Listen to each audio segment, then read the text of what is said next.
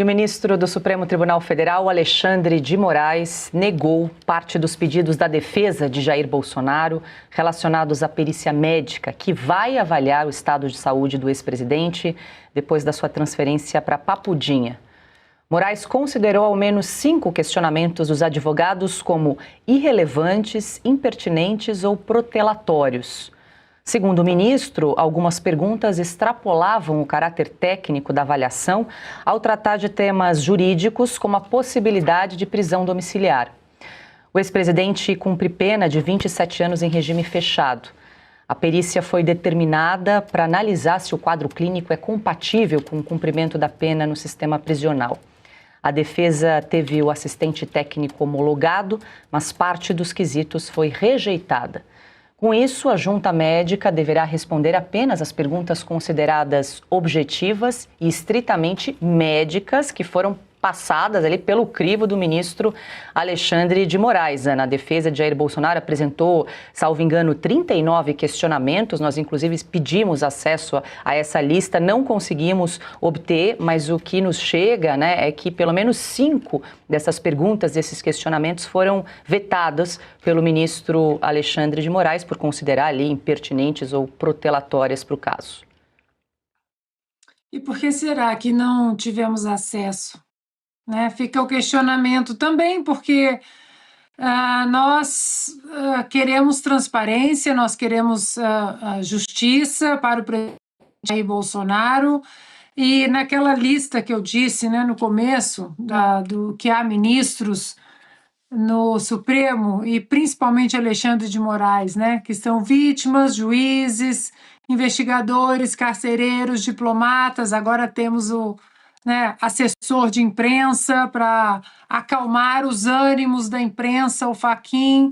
Nós temos um médico agora também, o Alexandre de Moraes. Você, como defesa, pedir uma prisão humanitária pura e exclusivamente por causa de saúde, de comorbidades, de um período pós-operatório,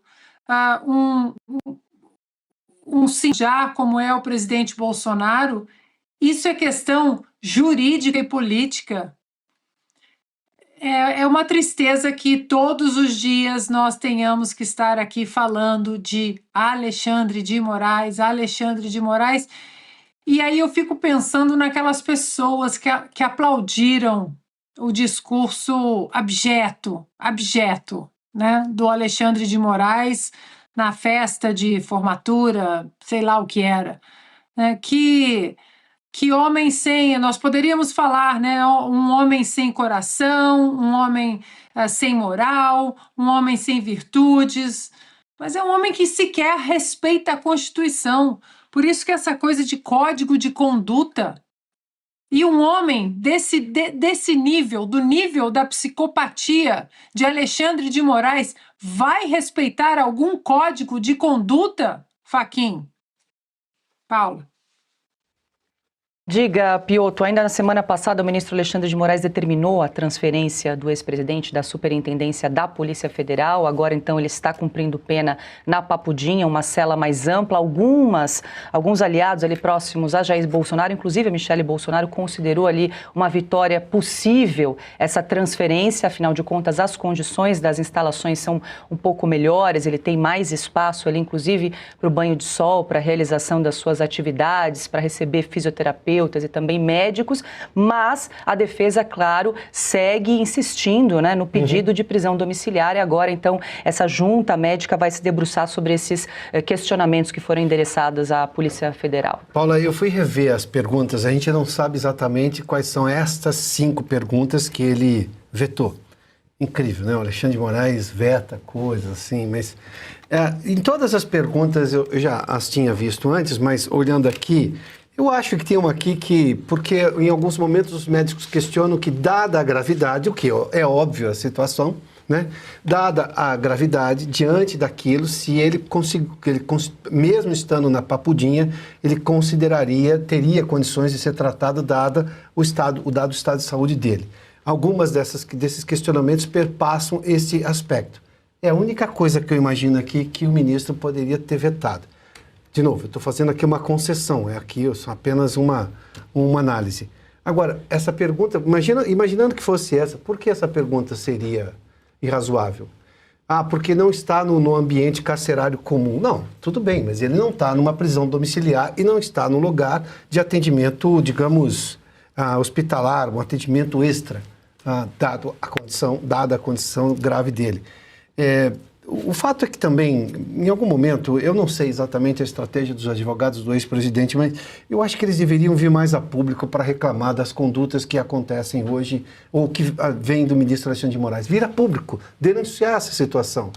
Em algum momento, sabe, essas coisas precisam ser colocadas para o debate público.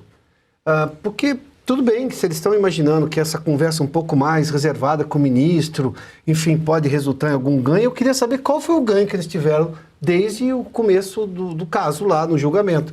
Teve a pena mais alta, uma série de benefícios que poderia ter na condição de ex-presidente e alguém doente, como é a condição dele, também não me parecem.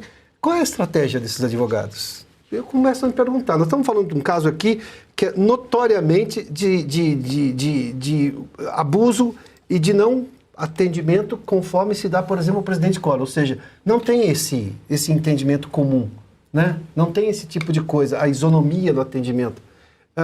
E os advogados continuam insistindo nessa tese, vamos protocolar mais um aqui, mais um protocolo, mais um pedido. E o ministro Alexandre de Moraes está ignorando boa parte disso. Eu atribuo a inexistência de partidos de verdade a esse fenômeno que é tipicamente brasileiro e provoca efeitos profundamente negativos na vida nacional. Ocorrem fatos que contrariam a maioria do povo brasileiro e não há a reação que haveria em qualquer outro país. Então eu só posso atribuir isso aí à inexistência de partidos organizados.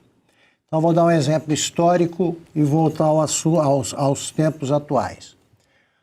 O Getúlio Vargas cometeu suicídio porque ele julgou, num determinado momento, que a população acreditava nas mentiras difundidas pela chamada República do Galeão, formada por oficiais que eram antigetulistas, e como ele achou que seria convocado para depor sobre o caso com o qual ele não tinha nada com isso, ele não esteve envolvido em momento algum no atentado ao Carlos Lacerda, que acabou matando um major da aeronáutica, o Getúlio se matou por não saber, claro, que no dia seguinte, mais de 1 milhão de brasileiros sairiam às ruas, quebrariam todos os jornais antigetulistas, só foi poupada a redação da Última Hora,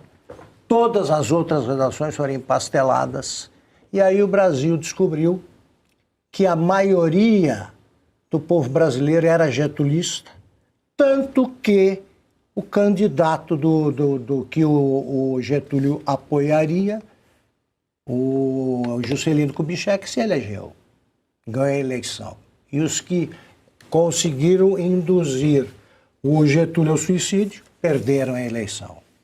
Agora, o povo brasileiro não entende que quem tem de estar dando explicações são os ministros Moraes, sobretudo, Alexandre de Moraes, e Dias Toffoli. Sobretudo. Eles ficam, não, vamos decidir assim, perícia, não quero, não dou, vai ser preso desta maneira, quando ainda não explicaram o que nós estávamos debatendo agora há minutos. É isso que tinha que ser cobrado. Dias Toffoli vai abrir a boca, tem que ter alguém por perto, qualquer jornalista independente. Espera um minuto. Por que o senhor está com esse caso aí que não deveria estar no Supremo? Por que o senhor está fazendo tanto esforço, né, para que um bandido escape da cadeia? Por que o senhor está escondendo provas? É o que a gente diria. Isso não precisa de muita coragem, não. Isso é de decência. Aqui ele ouviria essas perguntas formuladas educadamente. E por isso ele não vem aqui. Agora não. Parece que não pode falar nada com o ministro Moraes, porque ele salvou a democracia.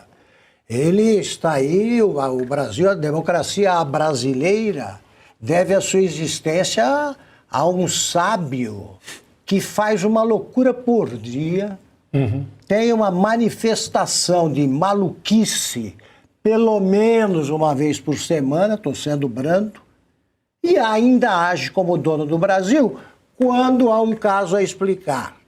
A mulher do ministro ganhou milhões, e portanto o ministro também, para defender um culpado juramentado. Esse é o caso importante. E o povo não reage a isso.